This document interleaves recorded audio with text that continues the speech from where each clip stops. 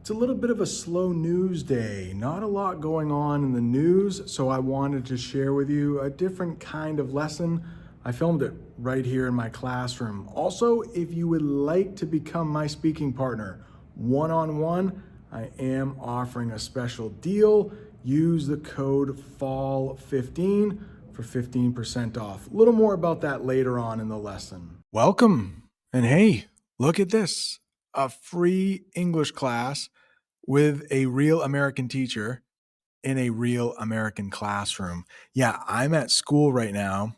It's Friday. I dressed down. I didn't dress up today, but students are still in the building. Hopefully, we don't get interrupted. But in today's English lesson, we are going to talk about the word bag. And with that, you will learn one English phrasal verb, 7 or 8 English idioms, and then like 5 types of bags we have in English that maybe you didn't know before. So let's get started right away with the English phrasal verb bag up. Bag up. And for each of these terms, I will have the official definition. I will have a picture, sometimes two, and I will use it in a sentence. So to bag up something, it means to put things in a bag. You know, in English, we get lazy sometimes. So instead of saying, hey, can you put all of those items in a bag? We might just say, hey, can you bag those things up? Can you bag them up? Can you bag them up? We need to bag up the groceries before we leave. And in the picture, you can see, I think this is a grocery store in Austria, maybe Vienna, and we have a cashier, the person working at the store, and they are bagging up that customer's items. What about this? We have a dog, and it looks like he or she got into the trash, so they're going to have to bag all of that trash up. He said to his wife, let's bag up the trash before it starts to smell. So that's the only real English idiom we use with bag, but we have quite a few. No, I'm sorry. That's the only English phrasal verb we use. We have quite a few idioms. For example, a bag of bones. Now, I'm not sure if you should call anyone a bag of bones to their face. They might not like that. They might get offended. But a bag of bones is another way to call a person very thin. After being sick, he looked like a bag of bones. It's pretty sad. But this man, maybe he's feeling better. Maybe he had a complete recovery, but it does look like he has been sick. If you are enjoying this English lesson, do you mind hitting that like button and subscribing? If you've never been here before, go ahead and subscribe. If you are looking for an English speaking partner, I know it can be hard, but I am offering that service. In the description, also in the comments, you will find a link for more information. I can record the speaking session that we have. I will share it with you after. You can watch it as many times as you would like. And right now, if you would like to become my partner, use the code FALL15 at checkout to get 15% off your session. All right, now back to the English lesson. Next, we have a bag of tricks. Now, I have been teaching for over 20 years, so I definitely have a bag of tricks when it comes to teaching students. But a bag of tricks means a set of methods or ideas. And if you have been learning English for any length of time, I bet you also have a bag of tricks. But let's take a look at this picture that takes place in a hospital somewhere. The doctor reached into her bag of tricks to make sure the surgery was a success. But it looks like there's a man that's a surgeon. So maybe that sentence should read his bag of tricks. But something might have been going wrong during surgery. So this guy has been at it for so long. He knew, oh, let's do this instead so we don't lose the patient so that the patient gets through this surgery okay. I have another picture for you. It's a picture of a teacher. Don't know where she is. Maybe somewhere in Africa. It looks like it could be. That tree outside the window, that looks like it could be Africa. The teacher reached into his bag of tricks. Okay, again, the pronoun here for that picture, maybe it should be her. The teacher reached into his bag of tricks to calm the student. So when I was first developing this English lesson, I thought, ooh, what if a teacher has a student on their first day of school that's a little nervous? She could reach into her bag of tricks from all the experience and make that student feel a little better. How about this? As an English learner, you probably have a bag of tricks to help you learn English. Here's an example. Slow down the video if they are speaking too quickly. Hopefully, I am not speaking too quickly for you. Maybe I'm speaking too slowly for you, so you can speed up the English lesson if you would like. This next one, I think almost every English learner learns this within their first year of learning English, so this might be review. What if you let the cat out of the bag in English? That means you messed up. You revealed a secret. Something you shouldn't have said, you said out loud to somebody. And this is a very typical example for letting the cat out of the bag.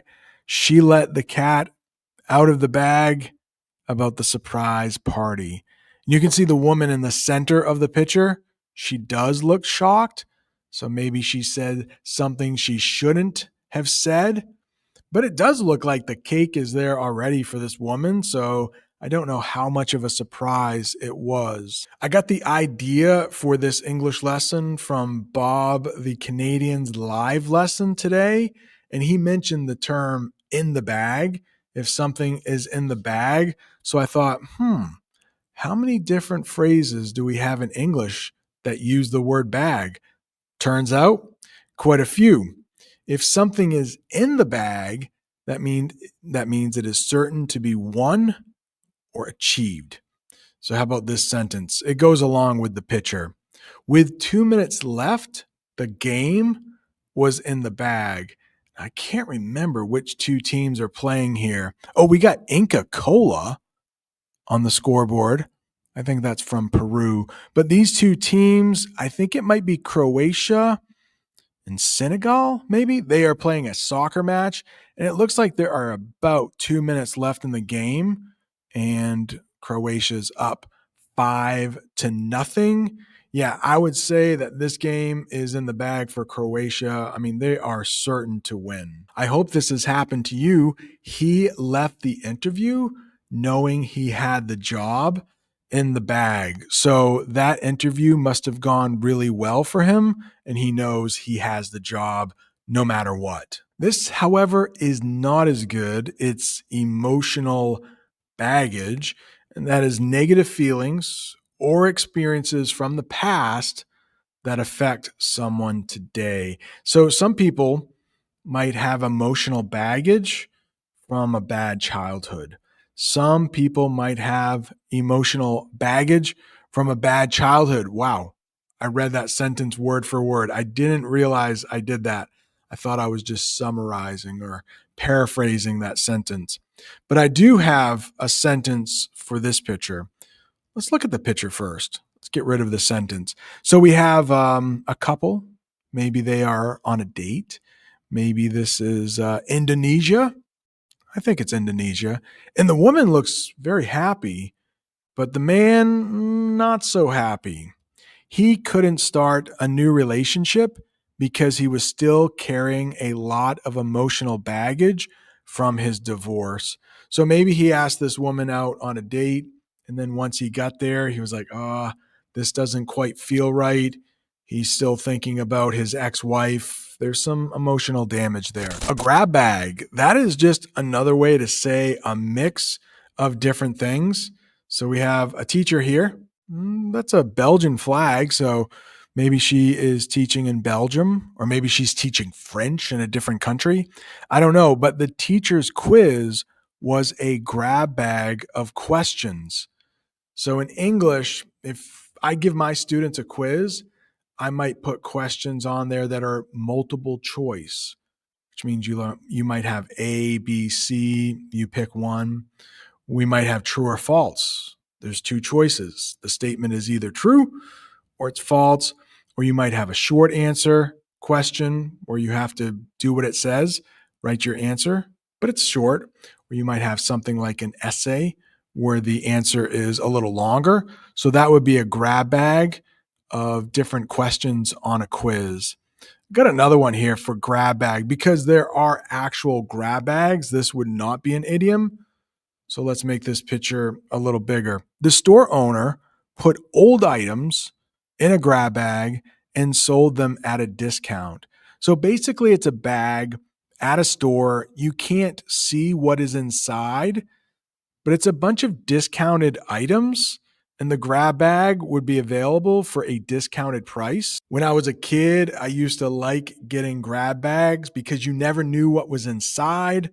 But looking back as an adult, I usually got junk in those grab bags. It was exactly like the sentence said. Store owners are trying to get rid of items that didn't sell before. They put it in a bag for a cheaper price. It's usually kind of crappy items, we might say, for that grab bag, but a goodie bag. Oh, I definitely like getting goodie bags. You will often get those at a birthday party. A goodie bag is a small bag of treats or gifts. The kids got goodie bags at the birthday party. Now, if I was at this birthday party, I would be so happy because if I looked in that bag, I'm sure I would see a lot of little toys and games that I could take home, play with a little later. We also have something called a doggy bag in English. It has nothing to do with a dog. Dogs are not in this bag. A doggy bag is a bag for leftover food, food you couldn't finish, food you couldn't eat at a restaurant, and you can take it home. So in the picture, this might be in Italy, actually. I think this is in Italy. She asked the waiter for a doggy bag to bring her leftover pasta home. And I don't know about you, but I love it when I don't eat all my food at the restaurant. I take it home, put it in the refrigerator, and then maybe around midnight, I get up, have a little midnight snack with my leftover food. Ah, it's a beautiful thing. Here's another sentence that uses doggy bag. He didn't want to waste the steak, so he took it in a doggy bag. Yeah, steak, usually pretty expensive. You don't want to waste that stuff, I don't think. What about a Ziploc bag or a sandwich bag?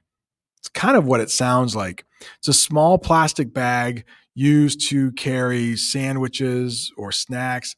Ziploc, I believe, is the name brand here, which is why we call them Ziploc bags. It does not have to be a bag made by Ziploc, but you could just call it a sandwich bag if you want. I think I use Ziploc bag most of the time, but it looks like this father is packing a lunch for his daughter and he's putting it into a Ziploc bag or a sandwich bag. Let's get the sentence. He packed his daughter's lunch before she left for school, putting everything in a Ziploc bag. Have you ever heard of a sleeping bag? Well, a sleeping bag is a soft, warm bag you sleep in when camping. This woman looks nice and cozy in her tent with her orange sleeping bag. We slept in sleeping bags under the stars at the campsite. Now, she's in a tent, so I wouldn't say she is sleeping under the stars. She's sleeping in a tent. Usually, if somebody is sleeping under the stars, there is nothing covering them. Like when they wake up in the middle of the night, they can see stars. A very different kind of bag here, a punching bag. Punch, it's a clue. It's a heavy bag used for boxing or exercise. The boxer, let's make it a little bigger for you. The boxer hit the punching bag to practice his punches. And it looks like he is an Olympic boxer for the country of Paraguay. Bagpipes. These things are very popular in Scotland, and they are actually a musical instrument. A musical instrument with airbags and pipes, often played in Scotland. The man played the bagpipes at the parade. Next, we have a sling bag. A sling bag is a small bag with one strap worn across the body. Let's make that picture a little bigger. This woman is definitely wearing a sling bag. I know I took a sling bag to India when I visited this summer. She carried her phone and wallet in a sling bag, and it also looks like she has her passport. Looks like she is an American. If you are looking for more English, right down there is an English lesson YouTube thinks you are going to like. Thanks so much for watching. See you next time.